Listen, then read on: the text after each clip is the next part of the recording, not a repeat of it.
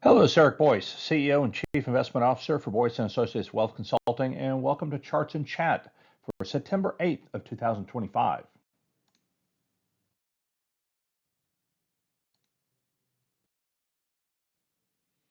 Welcome, everybody. As we get started this week, a little update on artificial intelligence adoption rates. I thought this was very interesting from Apollo Management. You can see here that we've been looking at different company size cohorts here, and you've got the 250 more employees. Oddly enough, showing a deceleration in AI adoption.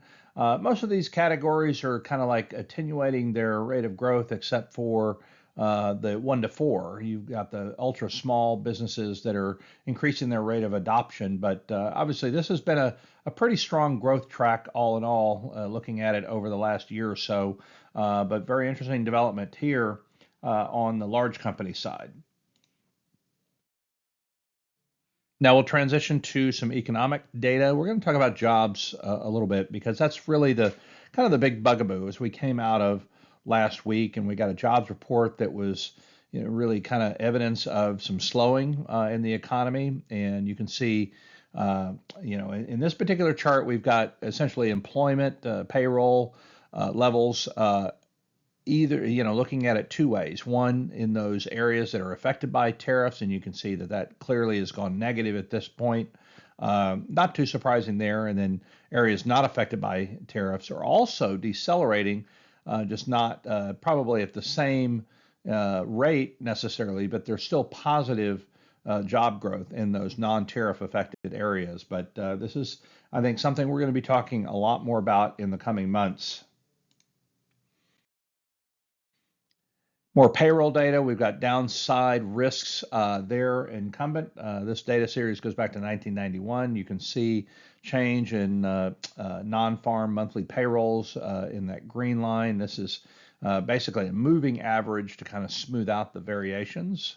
And then blue line, we've got the University of Michigan expected change in unemployment over the next year. And so this is kind of a forward-looking data point. You can see that these things do have a pretty reasonable correlation. So this trend is clearly down. So again, the narrative here in the coming months is going to be continued labor slowness, not necessarily tied to AI, but certainly tied to tariffs to some extent as companies are becoming more cautious and exercising a little bit more discretion. Now, the thing is, they're not necessarily firing workers. They're just not necessarily going out and requisitioning additional folks for their workforce.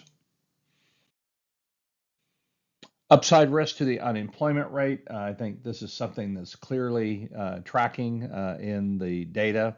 It wouldn't surprise me to get to something that's a lot closer to 4.5 in the next couple of months. And again, when you get to the end of the year and start looking into 2026, there's going to be a lot of speculation on what happens to labor overall, and everyone's going to be looking at this unemployment rate, so which is in this dark line here. And of course, it's just trending above 4, but you can clearly see last 2 years the trend is up. And then you've got the in the green line represents a survey input here. So it's the National Federation of Independent Business. What the respondents believe is their single most important problem is poor sales. So here, if you've got poor sales, the fears of that going up, then obviously you're going to be a bit more tepid on your hiring enthusiasm.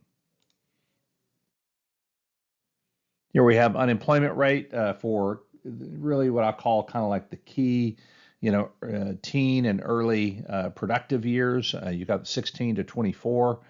You can see that that unemployment rate is moving higher. It's now 10.5%. You can see where that fits into history. I mean, generally speaking, if you want to look at trend lines here, when this number picks up, you generally are at the eve of a recession. Again, no one's calling for a recession right now. There are percentage allocations, and a lot of the street models will look at Goldman Sachs coming up that are clearly above zero, but the credit markets aren't talking about recession. There really aren't too many people talking about recession, but you're hearing more people talk about kind of chinks in the armor with regard to the economy. Now, we didn't talk about this. This is labor force participation rate for what I'll call the peak earnings years, folks. And you can see here, maybe you can glean kind of a slight upward bias into this, but for the most part, it's flat. And labor participation in amongst this prime age group is about 83.7. And again, you look back over history, going at least back to 2007. You haven't seen a number that high in this particular data series. Quick check here on Bureau of Labor Statistics, BLS, Bloomberg chart here. You can see the change in non-farm payrolls. June represented the first drop since 2020, and then we rebounded. You just see the general trend line here. The change in non-farm payrolls has been pretty sluggish. Again, unemployment rate you can see is meandering up. Now this goes back to August 2022. And if you look at May, call it like this would be like a year ago. Again, we had several months where it just went sideways. Now it seems to be moving up a little bit. And, there was a lot of research out that I read over the weekend that suggested that tariffs, operate with somewhere between a 6 to 9 month lag typically on economic changes that are discoverable in the economy related to the tariffs. And right now we're seeing just a little bit of uptick here in unemployment. Now we'll look at this chart from Goldman Sachs, and you can see, essentially the message here is that we're growing less than the break-even rate to maintain our workforce. And so essentially we're not replacing the number of workers. So, you got to have job growth in excess of, call it, in this case, I've seen numbers as high as 100,000. In this case, it's probably a little bit more like 80. So basically the message here is if you're not growing jobs, you're not adding more than about 80,000 jobs a month, you're not keeping up with the labor force, the growth in the labor force. And clearly we've not been doing that for a while, which honestly you can say has a lot to do with the tariffs. But it was a trend that was already kind of in motion when those things came around. Talk about job openings are actually now fewer than the number of unemployed workers. And this time series or data series goes back to 2005. That's honestly, the case here for much of the time. It's just that we enjoyed a rather unique environment, this bounce back after the pandemic, and that has pretty much all worn off now. Here we have longer term unemployment, and this is defined by unemployment with a duration of 27 weeks and over. And you can see that is now 25 weeks. You can see the clear trend up. So this really dovetails pretty nicely with some of the other stuff that we've been looking at. Again, data series goes back to 2007, I guess. And, a pattern that's been in motion for a couple of years has just recently accelerated here with the last couple of data points. Here we have average hourly earnings for employees. Now, this has been a very sticky issue. You can see, even though we've been in a downtrend for a few years now, we're still 3.7%, which is stubbornly high. And this is a key component into the overall inflation picture. And we were really spoiled in the last decade when we had essentially call it labor inflation that was really below trend line. And it wasn't until we got to maybe a year or two before the pandemic when it kind of popped its head above 3%. Now, I would obviously take 3% now, being at 3.7, but we can commend ourselves for coming a long way. But just know that average hourly earnings are still sticky at a high level, contributing to kind of this feeling of maybe stagflation to some degree. This is the unemployment rate in total labor. This is the number we got last week. We got 4.3% now. And again, you can see that has moved up, and kind of this latest uptick here, and how this looks against history, pandemic, huge aberration. and then you can see the global financial crisis, and then where we were there about 10%. So 4.3 doesn't feel as bad, but it's clearly off these trough levels that we saw in 22, 23, and moving a little bit higher. Talk about the housing market here. We've got traffic of prospective buyers. We've got housing affordability that is kind of holding this number down. You can see a little bit sideways. When you talk about it over a multi-year period, this data series goes back to 1985. So again, when you see drops in this particular data series, and again, this is almost like a 2-year leading indicator. When you look at these junctures here, I mean, we're talking like years ahead of time. And so to see, this dislocation is obviously an anomaly, but, we had traffic, new buyers entering the market, all the way through the last decade. But now we're back down to levels that we haven't seen since about 2012. As I said, affordability is definitely an issue in the housing market, something we've been following, particularly amongst the first-time home buyers, and we know that confidence amongst the lower paid income cohorts is pretty sluggish, I'll say. Now, 30-year mortgage payment now about $2,800 more or less.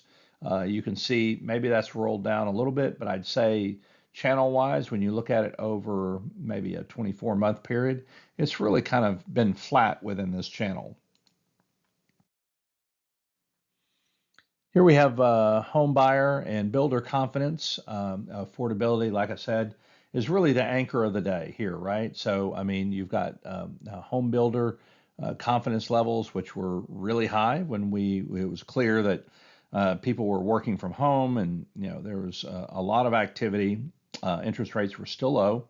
Then inflation, reared its ugly head, and we went after that, and interest rates went up, and so affordability went down, and correspondingly, we see a huge drop in the housing market index. This is home builders, and then the green line really represents the buying conditions for houses, and that's also very low. In fact, when you look at it, going back to this beginning of this series in 1991, this is the lowest really that we've ever seen it. And so confidence is very, very low right now. We talk about credit, and we've talked about this a lot. Now, we do know that people aren't panicking. Certainly in the subprime market, there's stress. But in the fixed income high yield market, we really haven't seen it because spreads are extraordinarily tight. But as you can very clearly see here, red line represents subprime auto loans, and then blue line represents prime loans. Again, we're not back to global financial crisis levels, at least on the prime loan side. But when we're talking about subprime, we're setting all new highs here, in a data series that goes back to 2006. So these are the trend lines that we're watching. When credit really kind of comes unglued, that's when you have greater stress within the financial spectrum. Now we have imports. We'll talk about trade. Not too surprisingly, with the tariffs, we've seen a corresponding massive drop in trade following a huge buy-in before the tariff announcements. So that is clearly weak. And again, you've got to go all the way back to 2020 to see something that was really that sluggish. Growth year on year, certainly negative, not too surprising. That's the tariffs at work.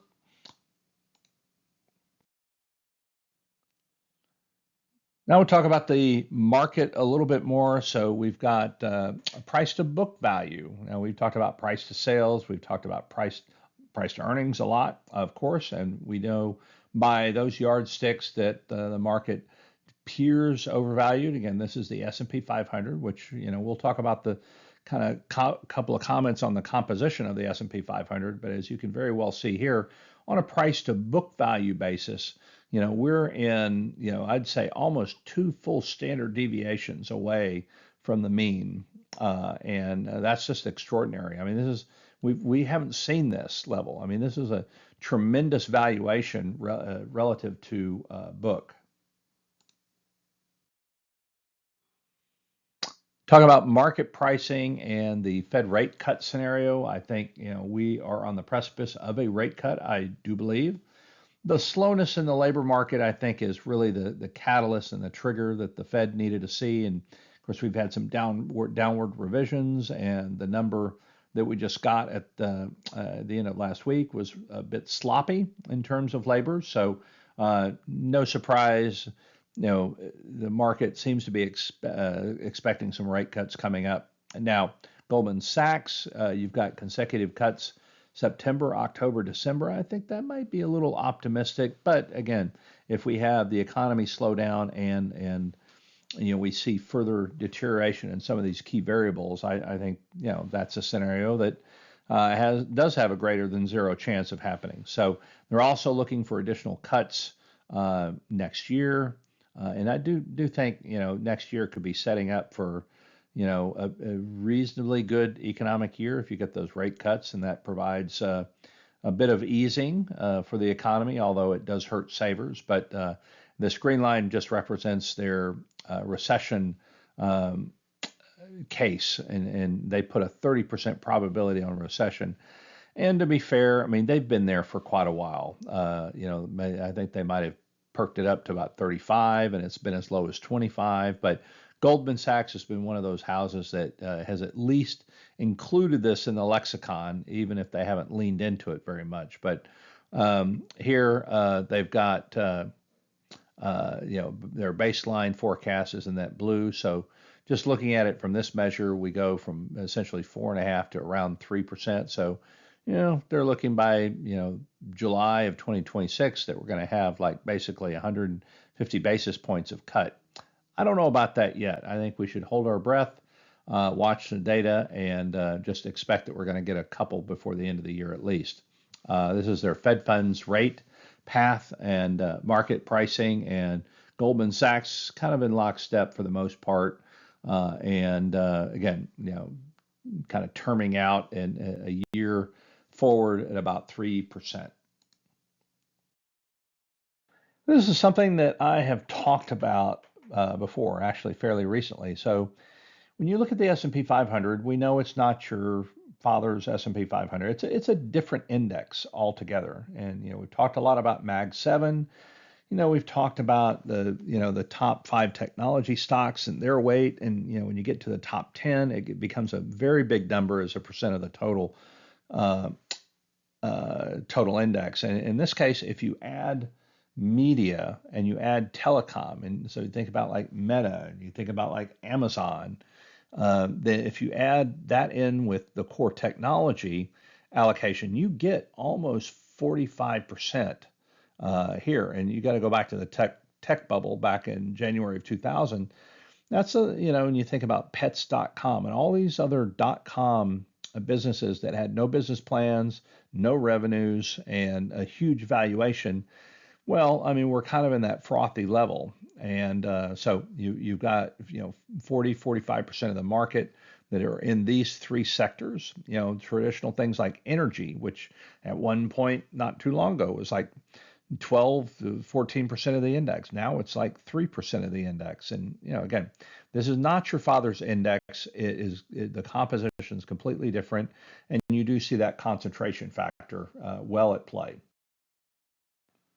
Talking about earnings, we did have a very good quarter last quarter, very surprising, as a matter of fact, on the upside. And so with that comes kind of renewed optimism. You can see here in this line, this is the green line. This represents the forward 12-month earnings per share for the S&P 500. Now, on the flip side, you've got in this blue line, this represents the Russell 2000 index forward 12-month earnings. And as you can very well see here, that's been pretty flat. So all of the juice has been really driven from these technology stocks, whereas, when you look at mainstream kind of small cap, it really hasn't moved that much, which honestly is just contributing to that valuation gap between those two. Here we have earnings growth, as I mentioned, concentrated in the Magnificent Seven. But the one thing that is clear from this slide is that you've got a deceleration in earnings growth. In 2023, it was 34%, accelerated 2024, and then went down to 19% here. So that's the Mag 7. So, and this is essentially a big part of what's driving the market. Now, if you back out the Mag 7 and you just say, hey, what are the other 493 stocks in the S&P 500? Well, it paints a very different picture. So in 2023, when the Mag 7 was generating 34% earnings growth, the rest of the index was actually witnessing an earnings decline. Now, that did turn around in 24. And 25, you can see greater participation in total to the earnings growth coming from non-Mag 7 stocks. Even though this is strong in the aggregate, the relative disparity here certainly is narrowed considerably since just 2 years ago. Here we have price to sales, and we've talked about price to book. Here's price to sales. You can see clearly this trend line. Again, time series going back to like 1990. I mean, you got to go back to 2021 in advance of 2022 to find price to sales ratios this high. I mean, right now it's like 3.3, and that's extraordinarily high. You go back to that, that long decade of kind of sluggish returns, or I say sluggish, but I'll call them pedestrianly positive returns. Well, I mean, we had valuations that are a lot lower than they are now, but they were certainly moving up. And so, basically, just like we talked about with price to book, price to sales also shows up pretty pricey. Here we have a histogram looking at kind of the current valuations. And so what this does on the X scale here, the horizontal scale, it takes price to earning bands. And so let's just say, look at this line here. So this is looking at, basically the stocks that fall into 16 to 20 times earnings. Well, if you go back to the 30-year average, that's in the blue line. Well, that accounted for about, call it about 19% of all stocks had a valuation of somewhere between 16 and 20 times earnings. Well, the latest reading, the current reading, it's about the same. But what's really apparent here is when you go into these higher multiple bands here, that you can see why the market is kind of frothy right now, because you've got the 30-year average earnings, 30 price to earnings ratio represents about 12% of stocks. But if you go over here to the green and look at the latest reading, that's closer to 18%. And you can see that delta is very apparent when you get into these high multiple bands. So what that tells me is, relative to history, the market does seem overvalued. And here is the last slide that we have for you today, sales growth and technology. Very interesting. Again, talking about the Mag 7. So this is IT. Sales growth now around 15%. Rest of the market pretty sluggish, about 2.5%. So again, this is sales growth. And so we just talked about price to sales. And if the rest of the market is slowing, all that's going to do is push that multiple higher unless you can offset it with technology sales. And again, as we just saw, that we had earnings per share slow down, earnings per share growth slow down in the technology sector. Some of that's driven by tariffs, margin compression, even though margins remain high, but a lot of factors at play there. But this is what's really driving the market right now. And if this were to give way to the rest of the S&P 500, valuation would be a completely different story. That's all we have for this week. Hope you've enjoyed the chart pack. Have a great week. We'll talk to you again soon.